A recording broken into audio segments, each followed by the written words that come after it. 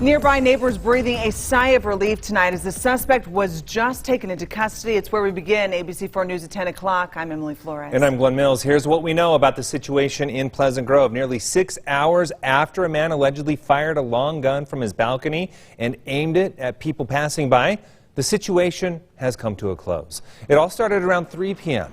Neighbors in the area placed under a shelter-in-place order, the suspect being identified as a man in his 30s.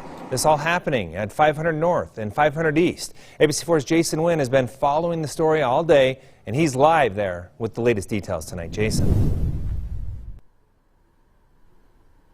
Glenn, Captain Brett Smith tells me this was all over a mental health episode, and I'm going to get into that detail in just a little bit because I want to show you what's happening behind me. Police have opened 500 North here, except for that area right in front of the suspect's home. You can see some of the traffic here starting to slow up here, and throughout the night we've reported hearing several bangs and gunfire exchanges. Police say much of that was SWAT teams trying to use gas to get the man outside of his home. This wasn't an easy case for officers because he made several threats against law enforcement, and that's what police are telling us tonight. They say he fired his long gun at them when they first arrived, and possibly at their equipment shortly after 6 o'clock, and that is all under investigation. At this point, one officer is on paid administrative leave.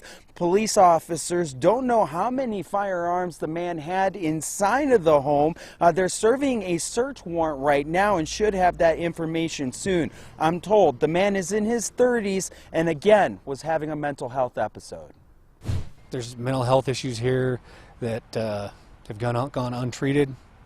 I understand this individual is a lot different when he's on his medication, but so yeah, it's a mental health issue. But when he gets a firearm and he comes out into the public and starts threatening the community with a firearm and discharging that weapon and starts shooting at law enforcement, it becomes a criminal matter and not a mental health matter.